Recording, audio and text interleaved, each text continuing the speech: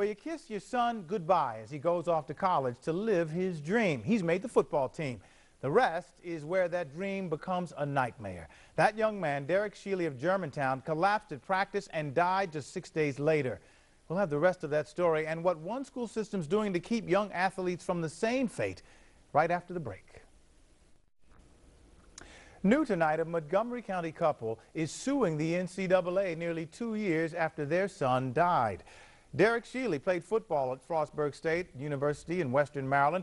The lawsuit claims that back in August 2011, he took several hits to his head and bled profusely 4 times in 3 days. On August 22nd, he collapsed. 6 days later, he was dead. The lawsuit says he was never checked for a concussion.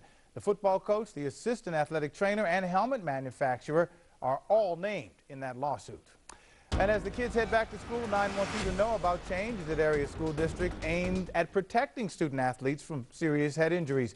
Anita Brickman has a health alert tonight from Montgomery County, where thousands of high schoolers are being tested before they practice or play. It's late afternoon at Walt Whitman High School in Bethesda, and both the JV and varsity football teams are gathering for practice. Peter.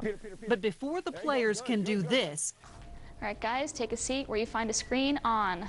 they have to do this. Montgomery County has now mandated that all of their student athletes, regardless of sport, be required to take a baseline concussion test. Athletic training director Laura Hartman says the test measures memory of both written words and patterns, among other things, to get that baseline score.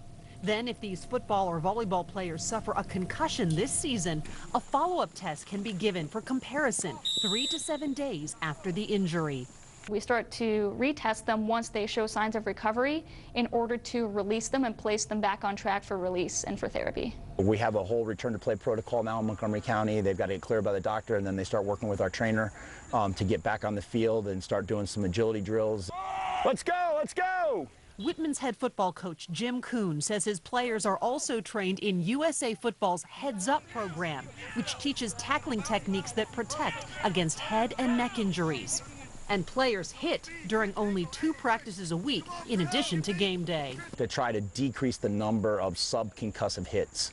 The danger of a second trauma before a concussion is completely healed, called second impact syndrome, is very much on the minds of coaches these days, thanks to scientific research supported in part by the NFL. The baseline impact test is just one tool they now have. The watchful eyes of an athletic trainer are another. And then there's the hard and fast rule. Athletes who've suffered a concussion do not begin a gradual return to their sport until they are completely symptom-free for 24 hours. It's not worth it. It's not worth it. You know, these guys love the game just like I love the game, but the vast majority of them, all of them, are headed to college within the next few years. They have a life beyond football, and it's just not worth it putting them at that risk. Full disclosure, my son plays football for Walt Whitman High School and was one of the students undergoing the baseline concussion testing in our story. In Maryland, Howard and Anne Arundel counties also use the Impact Baseline program.